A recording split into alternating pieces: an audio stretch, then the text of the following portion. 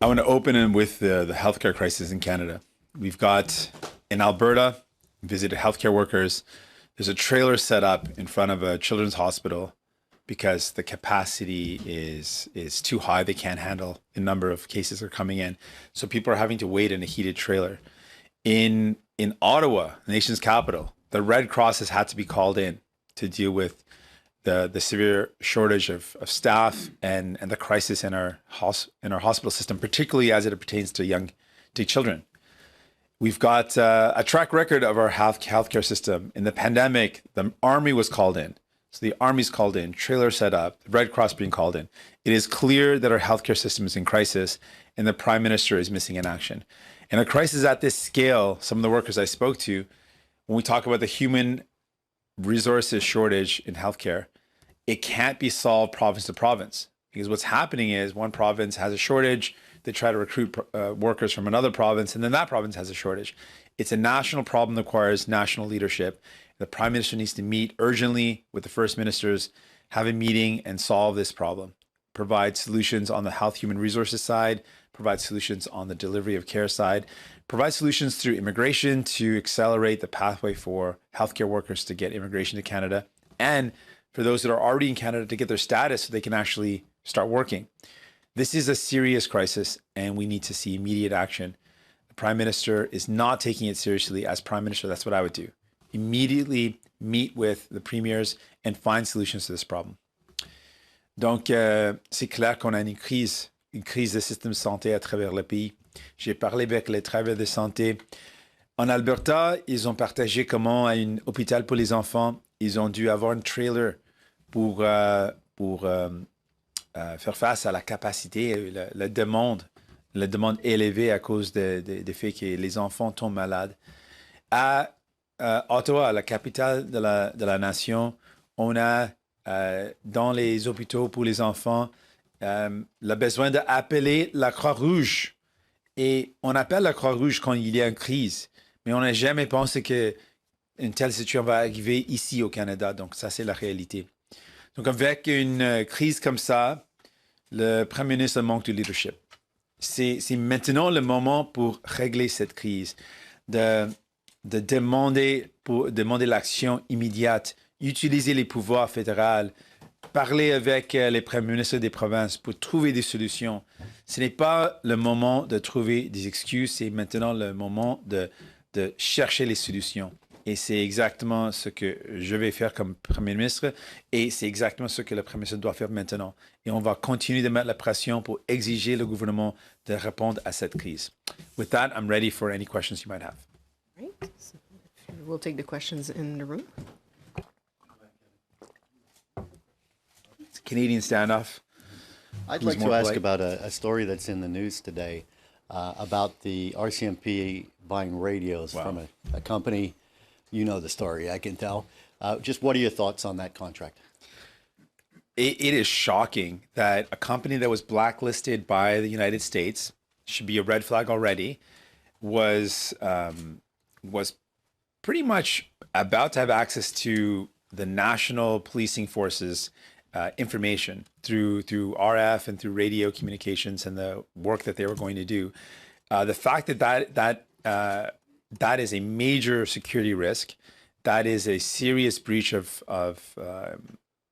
what I would expect the proper protocol for a G7 nation to follow when it comes to providing a contract to a company. Like, you would think that Canada would go through the proper protocol to make sure our information, as sensitive as it is with federal policing agency, is not being subject to a serious threat or breach. And what has been uncovered is a serious threat, something that we should take very seriously and something that should never have happened. So I'm deeply concerned. I think that there is a real risk here, and it shows that the government did not take the appropriate steps to vet this project or the company. Given that we did see something similar with the NUCTEC contract in the embassies a few years back, is there a systemic problem and a systemic solution, like new rules that would require security checks on these contracts, something like that you think should happen? Well, there's got to be a response now. Given what we've seen, and this is quite serious, the security, and if we step back for a moment, privacy, cybersecurity, security of our information, this is the new frontier when it comes to the threats that we're going to face as a nation. people have already talked about the increased threat of cyber attacks as the major threat to our security. Given that that is now the major reality that we are up against, then yes, there should be a very strong protocol in place that requires any decision around that's sensitive to our data, that's sensitive to information transmission, whether it's radio, whether it's telecommunications, that there should be a very rigorous process in place that ensures our information is not in any way susceptible to being breached.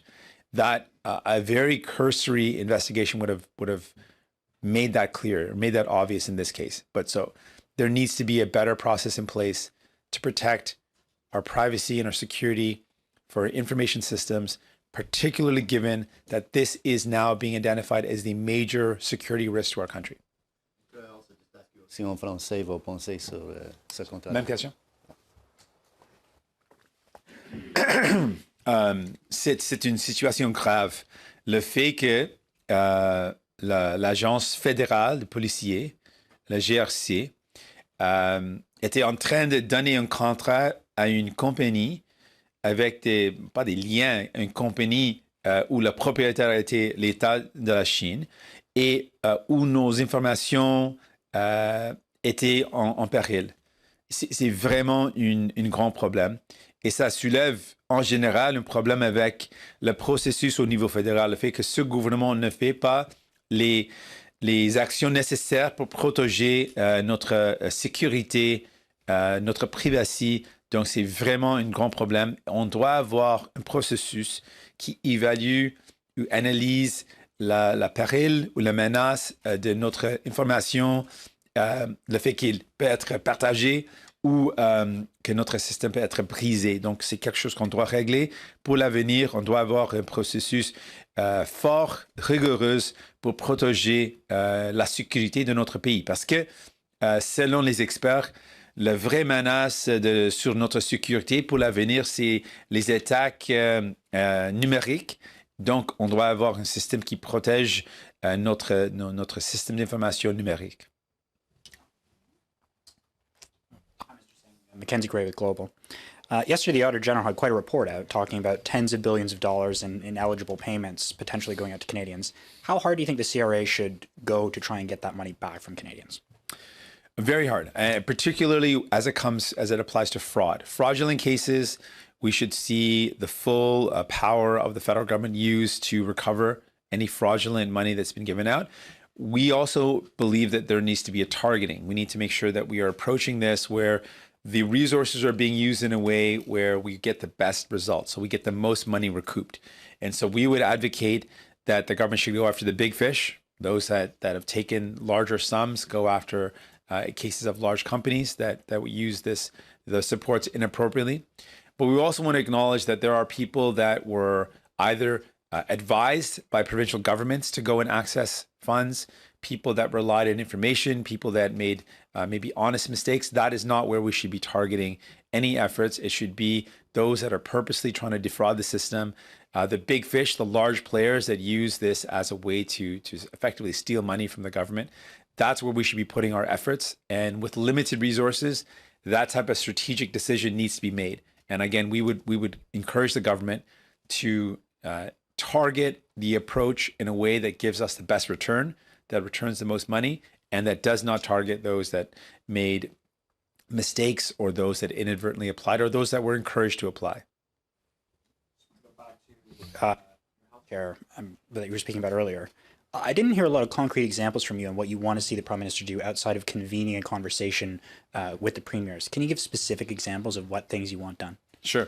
So I break it down into two different aspects. On the immigration front, which the federal government has complete control over, there's a number of tools or a number of solutions. One is accelerating the pathway for new Canadians that have international training to come to Canada and use their skills.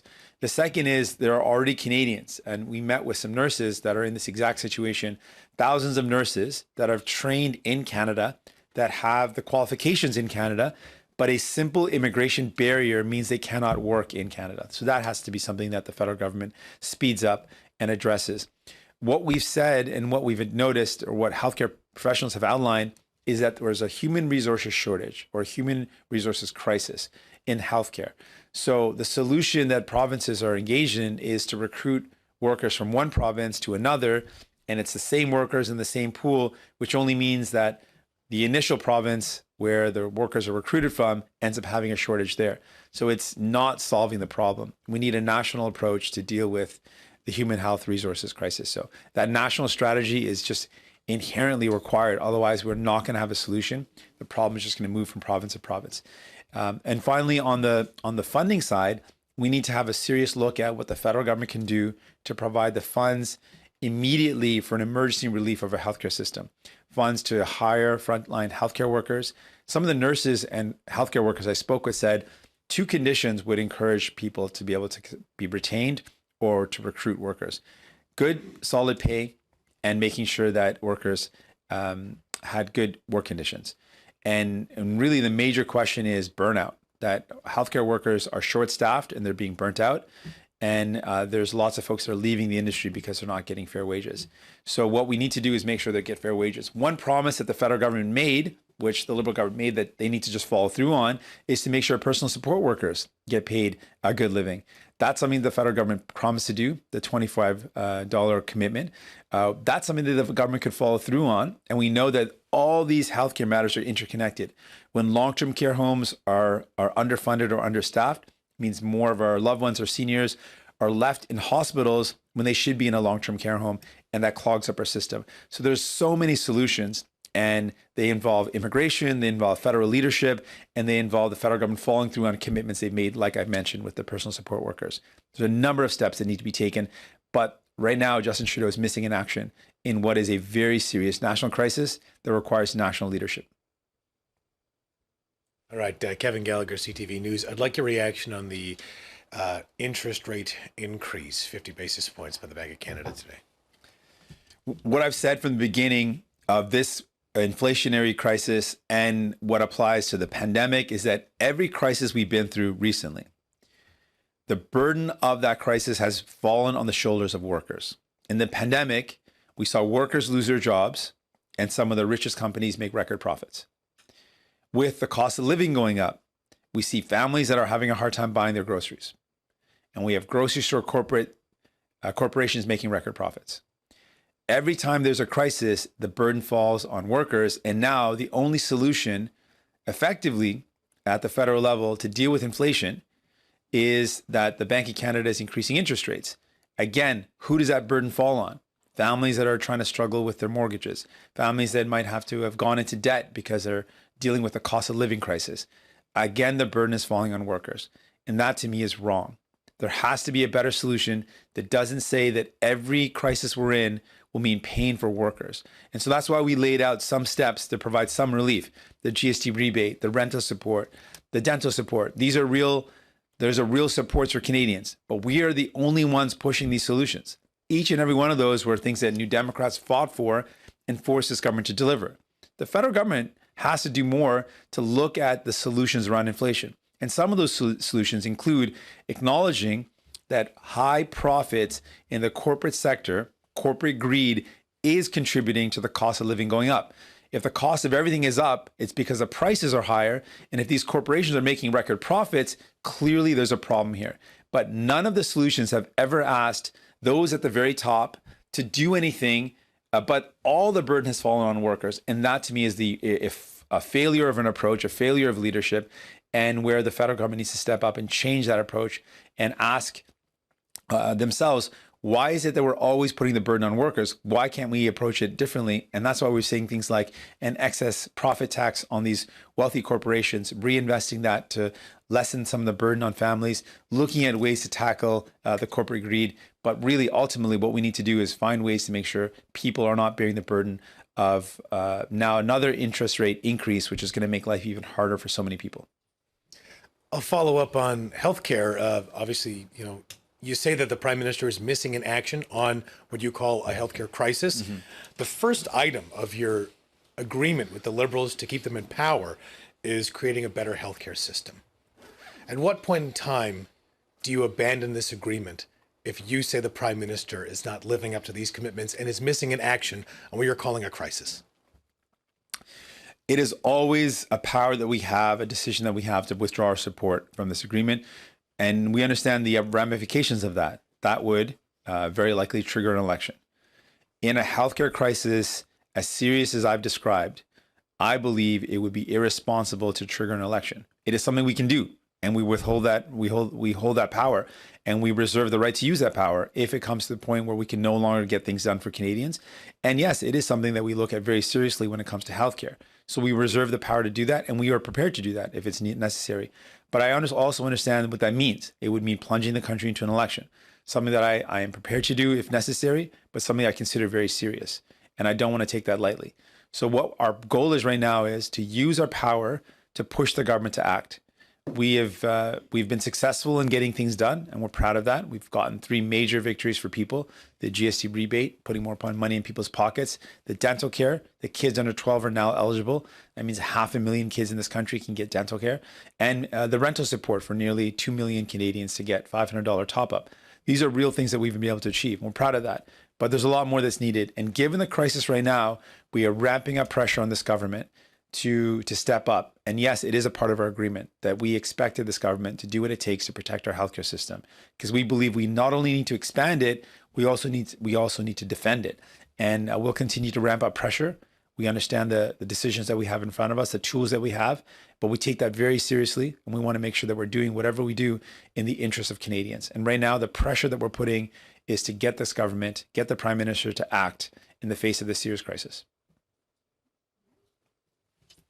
Bonjour, Monsieur Singh, Mylène Crête de la presse. Je voulais savoir, est-ce que votre caucus est divisé sur le projet de loi C-21, les 2 amendements controversés déposés par les libéraux? Non, pas du tout. Notre caucus est uni parce qu'on a toujours appuyé l'interdiction des armes à poing. C'est quelque chose qu'on appuie comme caucus et on continue d'appuyer ça.